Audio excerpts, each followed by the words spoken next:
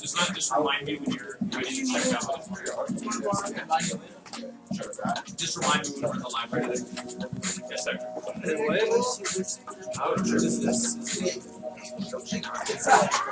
Vampires. Don't come around.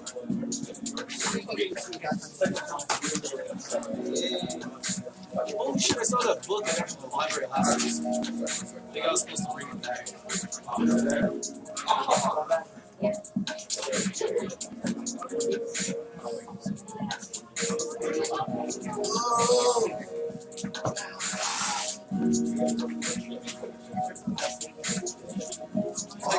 Techno, emo, yourself. No, I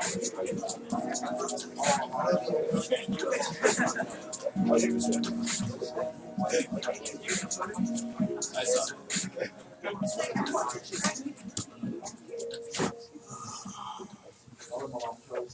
All right, ready? Turn the lights off, please. Thank you. All right, guys, real quick. Got a little bit of transitions today, so I want to move quickly through them. On your warm-up, I asked you to answer 2 questions as sort of predictions. And then the paper that I just passed out to you is an article about this topic. So I'm going to have you work with that just for a few minutes after. Give you some context, though. I personally have not been doing Life Hack Wednesdays very effectively, in part because we're just trying to get stuff done from the curriculum. So I apologize for that, because I know that personally, I know that that's something that I've been trying to impart as just in general good advice for how to shortcut or navigate instead of having to learn the hard way. When we're going through Dante's Inferno, one of the big themes is suffering and people sort of being punished in their grief or having these kinds of issues that they are doing. Now, for Dante, as he's going to see those people in hell, he can't say things like, they're there, it'll be better later on. He can't really give them any hope that their grief will go away. But do we, in our everyday lives, do we live in hell? Some of us may feel that way sometimes, but there is something that we can give to one another that can help them through difficult times, because we aren't living in an eternal state of punishment.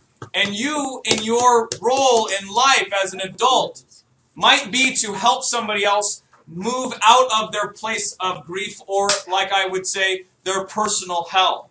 I'll give an anecdote in a moment, a good and bad story. But first here, what is appropriate to do when dealing with someone's grief in a professional setting, such as a worker that you go, like a co-worker or a schoolmate? What would be an example? Can someone give me an example of something that would be appropriate to do when someone is going through a hard time? What would you do, Randy? Okay, so patting on the back. Do you always have to say something to them? No. You don't always have to say something, especially when you know you can't really describe how to help them. It might just be good to do what? Just to leave them alone, or like be there with them. And that's usually the first step that we go through when we see people are suffering and they come back to work and we all know what happened. That's sort of our initial reaction. Now, it could be out of a good motive or a bad motive. If I'm trying to ignore you because I don't know what to say and I don't want to deal with it, can that be a good or bad thing? That could be a bad thing, right? Because then that person's feeling what? Especially if everyone's doing it, feeling isolated and alone. Sometimes our suffering excludes us, sort of like last week's discussion on discrimination. And we can sometimes feel discriminated against because of our suffering, our depression. Something happened to us that other people don't know about, or maybe they do and they're not talking to me. I feel different. And all of us go through a unique feeling with our suffering, because we feel like sometimes we can't connect or relate. Now, what's something that's not appropriate to do when somebody is dealing with grief? What's something not appropriate or not good to say to somebody? In what way? Like kind of like adding insult to injury, like teasing them about like what happened or something. Okay, probably the most obvious is literally making fun of them in their suffering state. Saying that you screwed up, or why did you do that? Questioning the mistake that occurred. That usually adds insult to injury. What else? Yes? What is it? I know that when I'm sad, when somebody asks me why are you crying, it makes it worse for me. Yeah, usually if someone's trying to tease out of you some reason and you haven't shown that you're interested in telling them that reason, that can sometimes make it better or worse when someone says, why are you crying? It can sometimes make it worse, right? Especially if it's not in an open tone or if it's someone you don't really know and they're trying to be all of a sudden your buddy and they're like, hey, why are you crying? All of a sudden, it just feels like, get away from me. I don't want to deal with it. If you spoke up just now, put +5 on your warm-ups today. I have 2 lists that I want you to see, and I'll go quickly through them, because I want you to have a few minutes to work on the article that I passed out regarding this topic, and then to go right into your readings, because you're going to be doing some independent reading to finish out Dante's Inferno. But real quick, an anecdote about me before I do this. About 4 years ago, before I had children, we were trying to have a child, and we lost one at about 6 months into the pregnancy. And it caused a lot of health issues for my wife, so I was gone for a little bit of time. And it was in general a dark period in my life, and my wife's life. And there was a lot of good support that we had, people coming without even really having to say much, but like bringing food or those kinds of things, because that's usually the first step in somebody's grief, is that they start losing their appetites, and then they feel worse because they're not eating. I had a student who told me in the privacy of one of my prep periods that his mom was going through cancer, and that's why he wasn't doing his work. And she didn't have much time left to live, and so the priorities changed greatly for her. And one of the things that I asked him was just, are you eating? And he said no, so we started going to this place where he was coming and eating lunch, and I was helping him with that, and just getting to that place, because that's all he could do is focus on lunch. Right? Now, a bad scenario, going back to my experience, was when I had to readjust our life insurance. And so it was an agent for life insurance. Now, you think that they would be good at dealing with this sort of thing, but this particular woman was not. She was horrible. I was sitting down with my wife, and we had to adjust life insurance. And, of course, the inevitable question comes up, is your wife pregnant? Do you have any children? And did you expect to have any children? Well, the answer was yes to all of those things, maybe a few weeks before. And it felt really weird having to adjust and talk about what happened, because that does affect, this is adult stuff, man. You don't just get to deal with your own grief, but you have to like deal with the insurance or the hospital bill or whatever. These are like adult things that you guys will experience in your life, dealing with a parent or something. But anyways, I had to talk to her about that issue. And she's, trying to, without even batting an eye, trying to be a support, said something along the lines of, oh, don't worry, honey, that baby was not like, it was not a good compatibility with your personality. That's why you lost it. And so don't worry, you will have a baby that will be right for you, and that will work. And I just wanted to punch her in the face so bad. She was so angry about this situation that she had no business. Can you imagine telling somebody that their child is just not compatible, like personality-wise? Like, she knew that? How dare you, you know? So these are those kind of missteps in your life that you want to avoid when talking to someone who's grieving. Okay, Dante can't go around to people in hell saying, you know, oh, don't worry, this was just sort of a incompatibility in life, and you're just it'll get better one day. That's not how people will respond well to when you're talking to them, especially if they're in hell. If you're not in hell, you are able to get better. Now, what to say to someone who has grief? Let's look at some of these. I'm sorry for your loss. Don't tell me why. Just say I'm sorry. That's a good one. I wish I had the right words. Just know I care, that I'm here for you, those kinds of things. Even those can be a bit cliche, can't it? If someone's saying it and it's like automatic or rote. So there's definitely a tone that you'll need to practice in life. Number 3, I don't know how you feel, but know that I'm here to help.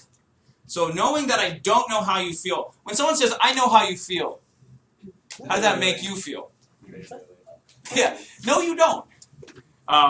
Someone I knew lost a child, like a 20-something child, to a car accident, and someone else came up and said, I know how you feel, my dog just died last week. What? You're like, no, you don't. No, you don't. Right? Or my great-grandmother of 90 years old, loved her dearly. She passed away last week as well, so I know how you feel. Still, I know you love your grandma, but it's very different than losing a child.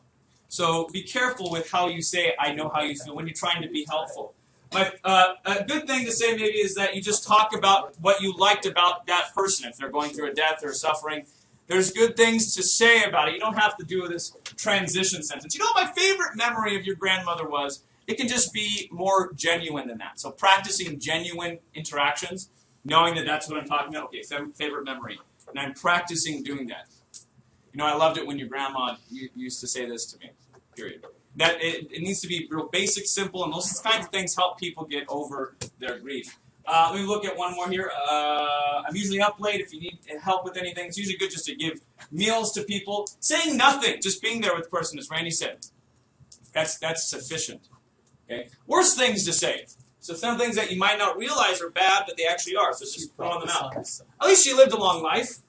Many people die young. So hey, she's old. She's old. That's great. Number 2. Oh, he is in a better place. Now, some of us who are religiously inclined might want to say something like this, or use this as an opportunity to talk about our faith experiences and try and tell someone that their mom's an angel or something like that. But those things don't normally help other people, even if they are also faith inclined. Why not? Because you can't prove it. Well, not that it can't prove it. It's not a discussion of whether or not it exists. Yes? You want them to be with you. Yeah. It doesn't even matter if I believe that someone's in a better place or not. When you tell me that, it reminds me that they're not here. And so it's better to go in this route than this route, to be in the here and now. She brought this on herself. Jeez. Louise, man. She brought, don't worry, it's like, well, this just goes to show that you're not supposed to do that. That's number 1, not 3. Yeah, that's number 1. That should be up there. That's true. We should prioritize it. Which one's the worst? You can have another child still. You can have another child still. F that, okay? Stupid jerk. You're an asshole. Yeah. She was such a good person. God wanted her to be with him. She was selfish of him, blah, blah, blah, blah. That's not good. Don't say that. I know how you feel. Blah. Don't say that. She did what she came here to do, and it was her time to go. Remember our fate discussion? Yeah. I had a student, I think it was in this class, in Outer Circle, one of the best Outer Circle questions was about the nature of, well, what do you tell someone when they die, and you're like trying to say that there's God's will or fate or something like that, a fate discussion. Probably avoid you trying to interpret someone else's fate. Are you an oracle? No. Do you know the future? Maybe. Even if you believe in fate, these kinds of things might not be helpful. Saying it was their time to go doesn't make you feel right. Because that person's probably struggling with that idea themselves and might need to talk with somebody that they trust about that. Not you as a coworker or as a schoolmate. Number 9, she did what she came here to do. Oh, that's the thing. And number 10, be strong. Be That's strong. the best oh, one. thank you. Like, oh, Thank you for that. I feel broken, but you be strong. Hey, dude, looks like, Look, I'm wearing a bracelet for you. Live strong. Okay. Doesn't help. Doesn't help. Avoid it. Avoid it. Treat people genuinely. And you'll help them. There's another article here on your desk. What I want you to do for your warm-up, take about a few minutes. And you can work on it the rest of the period as well, or at home you can kind of consider it and digest it as you need to. But I want you to highlight the lists of things that you think you will do or what you can do. Not everyone can be a coordinator for a workplace to help someone who's grieving, but you can certainly do at least 1 or 2 things on each of those lists. So I want you to highlight things that you can challenge yourself to do right now or as an adult in the workplace or at school for someone else. So read that article right now and highlight some of the listed activities that they suggest are appropriate. All the things on that article are appropriate to do when someone is grieving or suffering. You can highlight the things that you know you would be comfortable doing and challenge yourself to do at least 1 or 2 things on that list or be ready to practice that. So take a few minutes right now, and then after that you can have some time to talk or maybe practice with each other saying certain things from that article or discussing it. But ultimately, we're moving into finishing up the canto, the Cantos of Inferno, so 34 on page 752. You have the worksheet. No, you don't have the worksheet. You have your warm-ups. Did I say you're doing something on your warm-ups with it? You're finishing that up and doing the thinking through the lit questions that are at the bottom of each of those pages.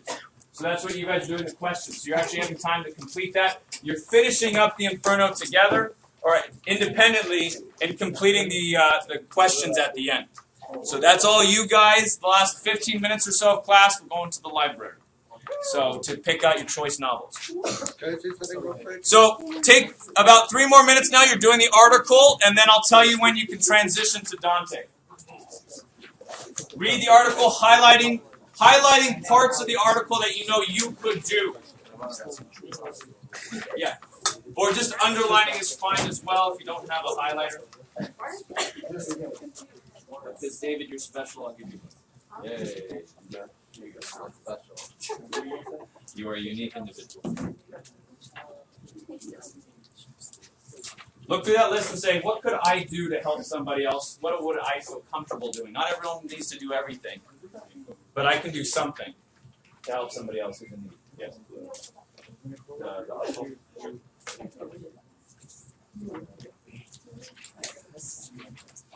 Now you'll be stapling this article to your warm-ups, so I can give you points, but know that it's something that you can keep for. Yes.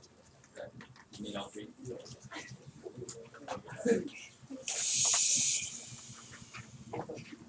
2 more minutes just to go through that list very quickly. You have more time, but I'm going to tell you to transition in about 2 minutes.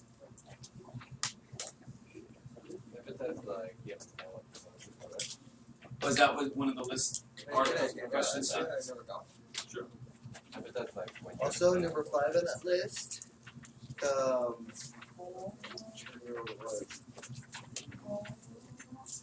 Something inappropriate? Yeah, You brought this on I shotgun was stuff? looking at that, I'm like, that's murder wise. That's murder work. You mean justified? Yeah. It's justified.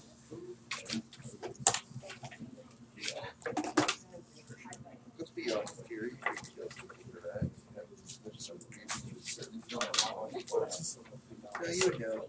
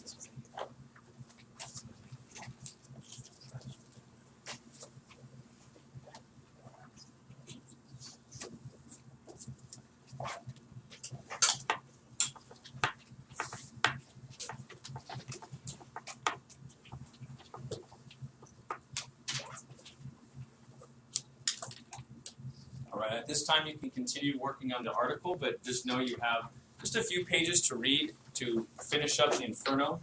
We don't often do independent reading, but I thought I gave you enough maybe sound effects and imagery kind of help so that you can use that to visualize this last section yourself. So read that section there as he goes to the last part of the suffering and leaves it behind. Answer at least 3 of the thinking through the literature questions on that. Are you okay, Stephen? Yeah, I need it by now. Helps the mood. To turn on the light? Oh my gosh. I'll have a window. Oh, that light. Oh, I see. I pointed at it. Oh, I didn't know that's the light. Keep that on again. On our low. The other one is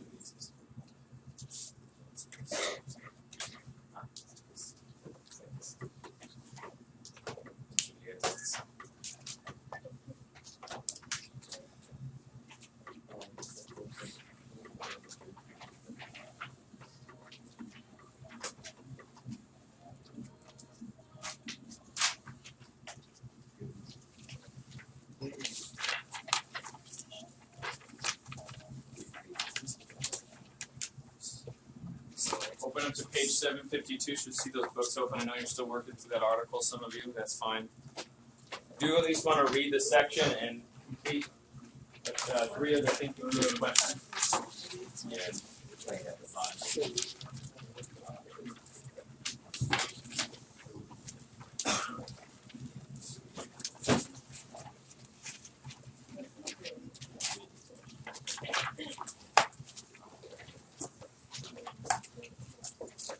Sorry, you guys got modified because the printers weren't working, so I didn't get worksheets out to you guys.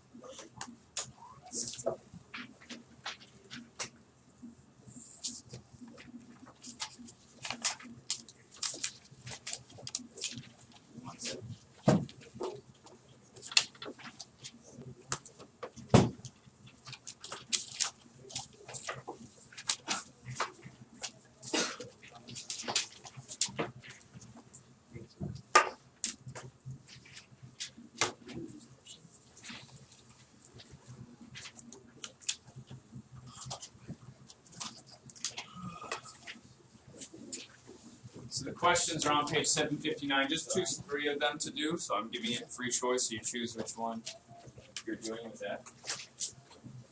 So I would choose the easier ones. Give you about 10 minutes for this. So it's a quick. Are we writing those questions on the worksheet? There's no worksheet. You guys don't have a worksheet, unfortunately. So that picture doesn't. We do have a worksheet, but I haven't given it out yet. So. That's perfect. Yeah. So we didn't have it yesterday, so I didn't require it. What I'm going to do with you guys is probably modify the backside and walk through it together.